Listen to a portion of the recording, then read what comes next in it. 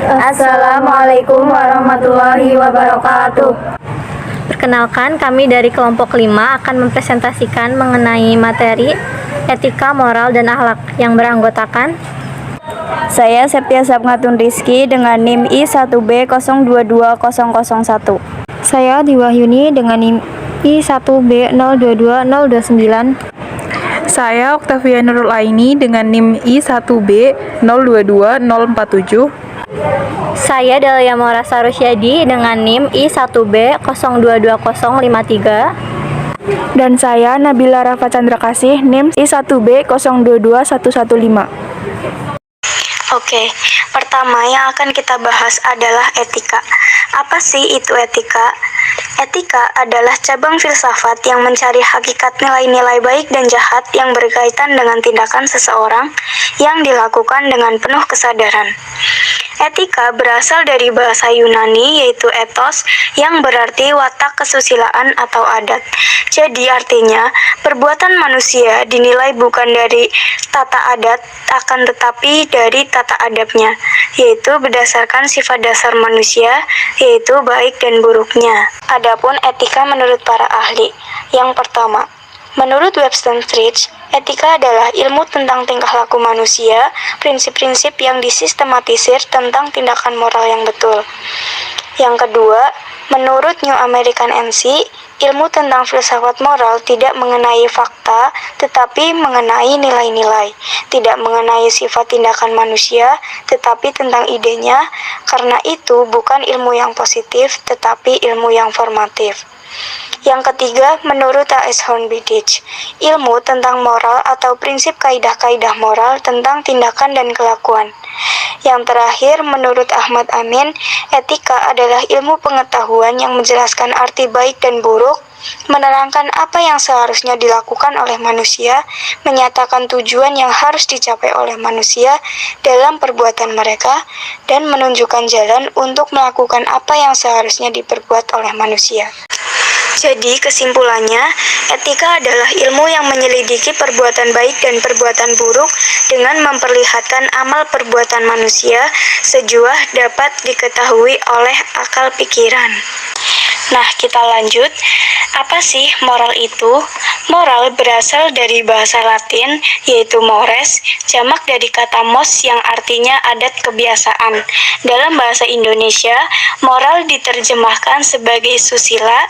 Moral artinya sesuai dengan ide-ide yang diterima tentang tindakan manusia yang baik dan wajar sesuai dengan ukuran tindakan yang oleh umum diterima, meliputi kesatuan sosial atau lingkungan tertentu. Nah, karena tadi kita sudah membahas tentang etika, kita bisa melihat perbedaan dari moral dan etika. Etika dapat dilihat berdasarkan ukuran akal manusia, sedangkan moral dilihat berdasarkan perbuatan baik dan buruk kebiasaan sosial. Kita lanjut. Apa itu akhlak? Menurut bahasa, akhlak adalah perangai, tabiat, dan agama. Kata-kata tersebut mengandung segi-segi persamaan dengan kata makhluk yang artinya yang diciptakan, makhluk yang artinya patut atau pantas, kholik yang artinya pencipta atau pembuat. Jadi, kesamaan kata tersebut menunjukkan bahwa akhlak tercakup pengertian keselarasan, kepatutan, dan kepantasan antara perilaku manusia dengan kehendak Sang Pencipta, sehingga manusia mampu memancarkan citra ilahiyah dalam kehidupannya. Perbuatan akhlak memiliki 5 ciri.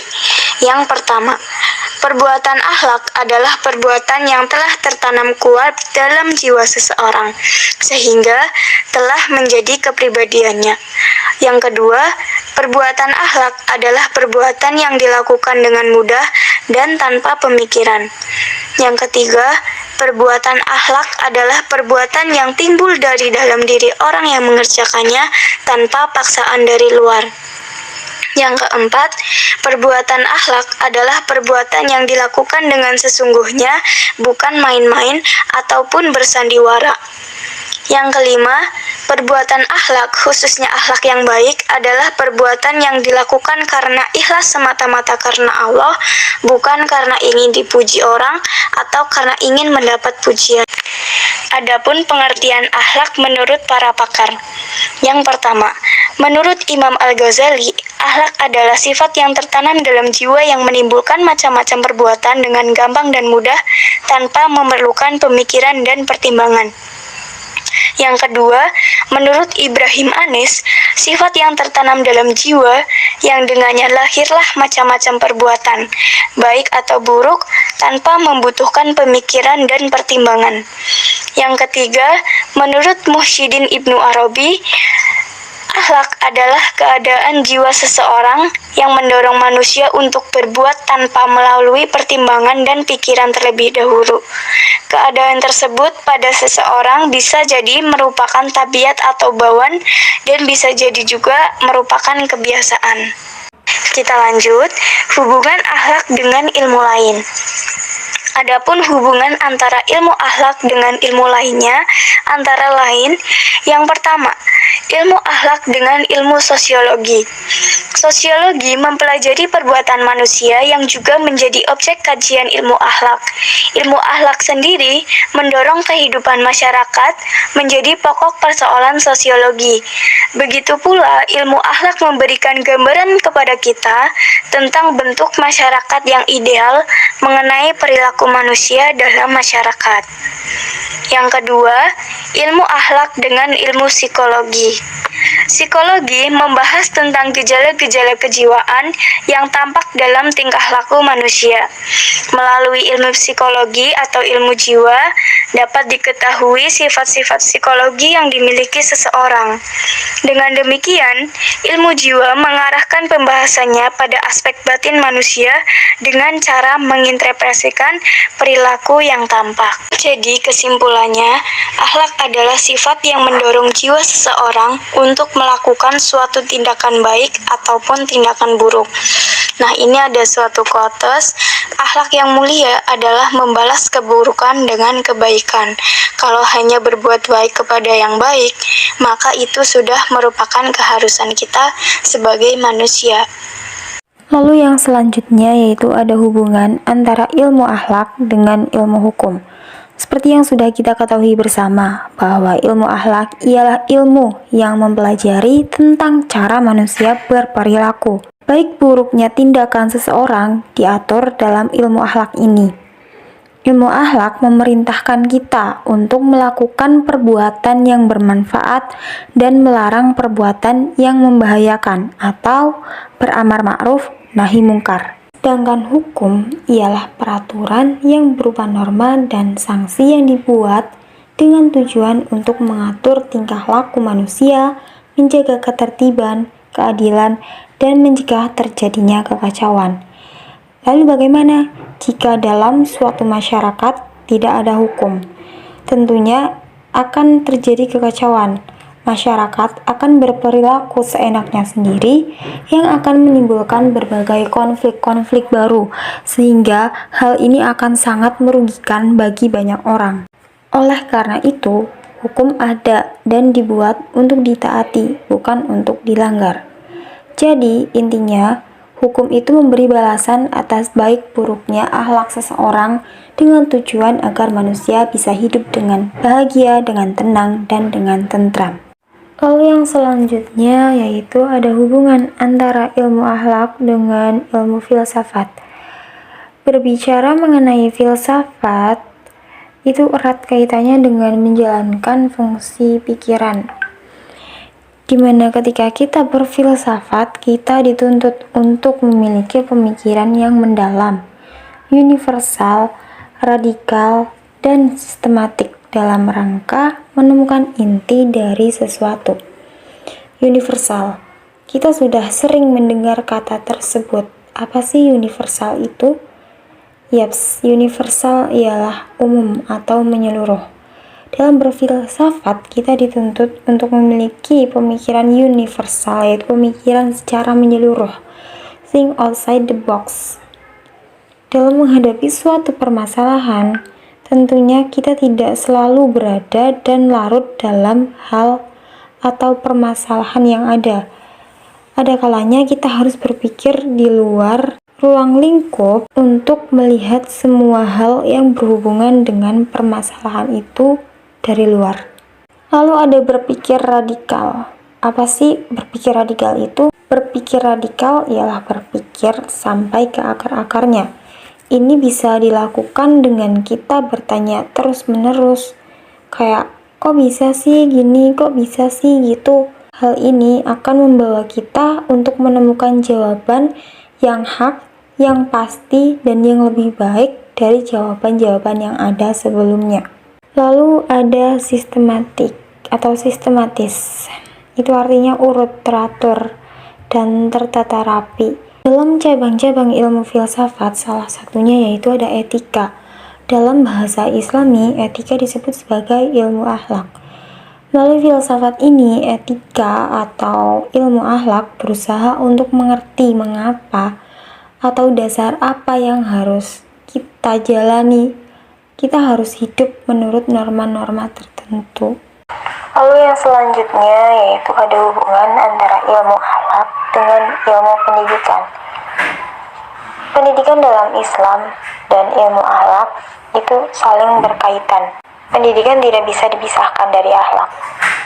Pendidikan dalam Islam bertujuan untuk membentuk perilaku masyarakat atau perilaku manusia agar nantinya bisa memiliki akhlakul karimah. Karena di zaman sekarang ini banyak orang yang berpendidikan tinggi, yang baik, tapi perilakunya itu tidak benar. Oleh karena itu, output pendidikan yang baik harus menghasilkan akhlak yang baik pula. Pendidikan Islam berusaha untuk membimbing manusia agar menjadi muslim yang sesuai dengan ajaran agama Islam. Jadi intinya, ilmu akhlak dan ilmu pendidikan itu berjalan secara beriringan atau secara berbarengan yang memiliki tujuan yang sama, yaitu untuk membentuk manusia yang menjalankan aturan-aturan agama Islam sesuai dengan tuntunan Rasulullah SAW. Lalu, apa aja sih yang menjadi aspek dari pendidikan? Aspek pendidikan ada banyak, seperti tujuan pendidikan, materi pelajaran, guru, metode, sarana dan prasarana yang digunakan untuk menempuh pendidikan, lingkungan, bimbingan, proses belajar mengajar, dan lain sebagainya. Lalu ada beberapa ahli yang menyampaikan tentang tujuan pendidikan, seperti Ahmad D. Atiyah Al-Abrashi dan Abdul Fattah Jalal. Pendapat tentang ahli-ahli ini bisa kalian baca di PDF yang sudah di-share kemarin. Lalu yang selanjutnya yaitu ada hubungan antara ilmu akhlak dengan akidah dan ibadah. Jika kita berbicara tentang konsep Islam, ada 3 poin yang menjadi bahasan pokok, yaitu akidah, amaliyah atau ibadah, dan akhlak. Ketiga konsep ini dapat kita analogikan seperti sebuah pohon dan buahnya, di mana akidah menjadi akar dari pohon tersebut, lalu ada amaliyah atau ibadah yang menjadi ranting, daun, dan batang dari pohon tersebut, yang nantinya ibadah tersebut akan dibagi menjadi ibadah wajib, sunnah, makruh, dan haram. Lalu yang terakhir ada akhlak yang menjadi buah dari pohon tersebut. Akhlak itu menjadi hasil atau menjadi buah dari menjalankan agama Islam. Setelah kita memiliki akidah yang baik dan ibadah yang sempurna, akhlak kita tentunya akan mengikutinya. Kita akan memiliki akhlak yang baik. Lalu, jika kita sudah menjalankan syariat Islam yang baik, akidah yang baik, ibadah yang baik dan sempurna, tetapi akhlak kita masih buruk, pasti di situ ada yang salah. Dalam prosesnya pasti ada yang salah. Oleh karena itu, akhlak memiliki hubungan yang erat dengan ibadah yang tidak dapat dipisahkan. Pembahasan selanjutnya yaitu mengenai ilmu akhlak dengan tasawuf. Tasawuf atau sufi memiliki beberapa pengertian. Yang pertama, sufi yang artinya menjalankan tasawuf yang dalam kesehariannya hanya mengenakan pakaian dari wol. atau jama' suf. Kemudian, ahli lain berpendapat nama sufi diberikan kepada mereka yang berada di tingkat atas atau saf'i awal. Sementara ahli lain berpendapat juga sufi diberikan kepada para kaum yang mengklaim termasuk ashabi sufah, yaitu sejumlah sahabat Rasul yang tinggal di masjidnya yang sibuk beribadah dan hidup sederhana. Di antara ahlu sufah itu adalah sahabat Bilal ibnu Rabah, Salman al-Farisi, Abu Ubaidillah ibnu al-Zarrah, Ammar ibnu Yasir, Abdullah ibnu Mas'ud, al-Huzali, dan sebagainya. Kemudian, para ahli juga mendefinisikan tasawuf memiliki 3 sudut pandang. Yang pertama, sudut pandang manusia sebagai makhluk yang terbalas. Dari sini, tasawuf didefinisikan sebagai upaya mensucikan diri dengan cara menjauhkan pengaruh dunia dan memusatkan perhatiannya kepada Allah.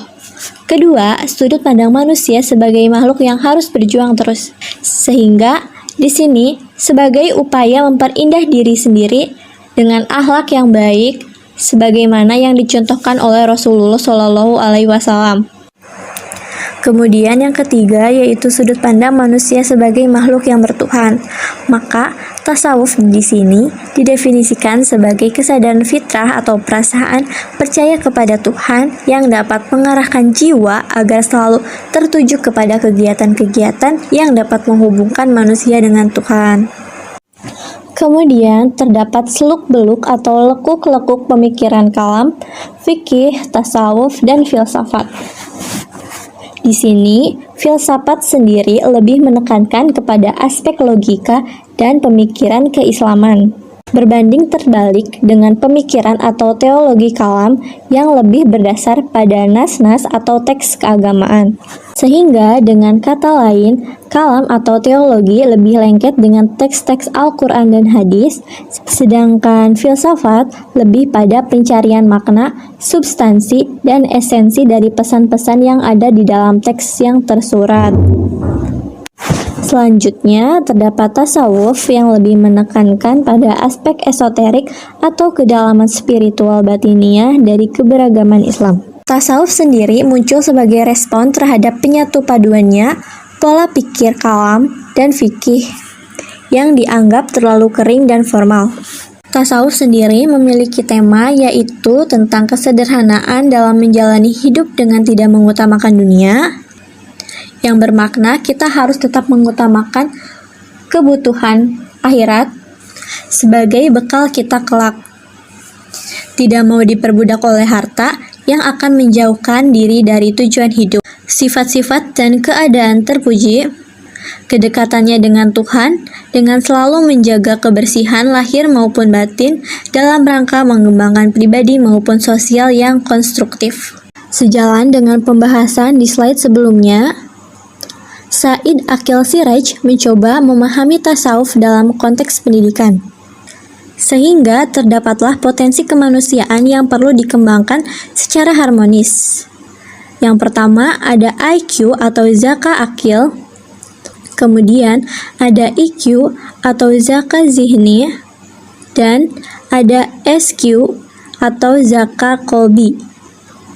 Hal ini dibuat untuk menciptakan daya guna yang luar biasa, baik secara horizontal dalam pergaulan antar manusia maupun secara vertikal dalam relasinya dengan Tuhan. Kemudian, saya akan membahas keutamaan akhlak mulia. Yang pertama yaitu menurut hadis riwayat At-Tirmizi yang berbunyi, yang paling sempurna imannya orang-orang mukmin adalah yang paling bagus akhlaknya. Yang kedua, menurut hadis riwayat At-Tirmizi juga, yang berbunyi, sesungguhnya yang paling aku sukai dari kalian semua dan yang paling dekat tempatnya denganku pada hari kiamat adalah orang di antara kalian yang paling baik akhlaknya. Dan yang ketiga, menurut hadis riwayat Al-Bukhari, yang berbunyi, sesungguhnya orang yang terpilih di antara kalian semua adalah yang paling bagus akhlaknya. Dan yang keempat, hadis riwayat Abu Daud yang berbunyi, tidak ada sesuatu yang lebih berat dari dalam timbangan seseorang mukmin pada hari kiamat daripada akhlaknya. Karena sesungguhnya Allah murka kepada para pelaku perbuatan keji dan buruk. Dan masih banyak yang lainnya mengenai keutamaan akhlak mulia. Selanjutnya yaitu metode pencapaian akhlak mulia. Mengamalkan akhlak yang mulia dalam diri setiap muslim adalah sebuah keniscayaan dalam rangka mengaruhi perjalanan hidupnya agar sampai tujuan akhirat dengan selamat dan sukses dalam menjalankan tugas amanat kekhalifahan di muka bumi. Muhaimin berpendapat ada 3 cara yang dipergunakan dalam menempuh pendakian akhlak. Yang pertama yaitu tahali, yakni mengosongkan diri dari sifat-sifat yang tercela dan maksiat lahir batin. Para ahli mengatakan at-tahali bil akhlaqi sayyi'ah atau mengosongkan diri dari sifat tercela. Melalui metode ini, seseorang dituntut menghindari diri dari sifat-sifat mazmumah atau tercela. Yang kedua, tahali, yakni mengisi dengan sifat-sifat terpuji atau mahmudah secara lahir batin. Para ahli mengatakan at-tahali bil akhlaq al-karimah atau mengisi dengan sifat-sifat yang baik. Sebagai konsekuensinya, seseorang yang telah meninggalkan sifat-sifat yang tercela, maka ia harus mencoba mengisi dengan akhlak yang baik seperti akhlak al-amanah atau dapat dipercaya, suka memberi maaf, selalu bermuka manis, selalu baik dalam segala hal, khusyuk, malu berbuat dosa, menahan maksiat, sabar, jujur, suka menolong, tawadhu, tadlaru, menerima apa adanya, berjiwa luhur dan kuat, dan sebagainya. Yang ketiga ada tajalli, yakni merasakan keagungan Allah Subhanahu wa Ta'ala. Para ahli mengatakan at-tajalli ila rabbil bariyah atau merasa keagungan Allah Tuhan manusia. Untuk mencapai metode tajalli, maka seseorang dituntut melakukan musyaratah atau memperingati diri agar tidak berbuat maksiat, mukarobah atau mengawasi diri agar tidak berbuat maksiat, muhasabah atau menghitung dan introspeksi diri atas amal yang dibuat, mu'aqobah atau menghukum diri jika melakukan kesalahan, mujahadah atau bersungguh-sungguh tekun ibadah dan mengekang hawa nafsu, dan mu'atobah atau menyesali diri tidak beribadah secara serius. Selanjutnya yaitu ruang lingkup dan implementasi akhlak dalam kehidupan. Muhammad Abdullah Daras sebagaimana dikutip Rosion Anwar membagi atas 5 bagian. Yang pertama ada akhlak pribadi. Akhlak pribadi terdiri dari yang diperintahkan atau awamir, yang dilarang atau nawahi, yang diperbolehkan atau mubahat, dan akhlak dalam keadaan darurat. Yang kedua adalah akhlak berkeluarga. Terdiri dari kewajiban antara orang tua dan anak, kewajiban antara suami istri, dan kewajiban terhadap karib kerabat. Yang ketiga ada akhlak bermasyarakat.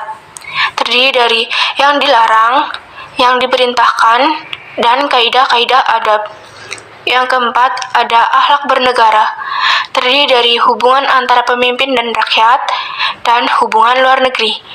Yang kelima ada akhlak beragama. Terdiri dari kewajiban terhadap Allah Subhanahu wa Ta'ala dan kewajiban terhadap Rasul. Selanjutnya, menurut sistematika yang lain, ruang lingkup akhlak antara lain 1.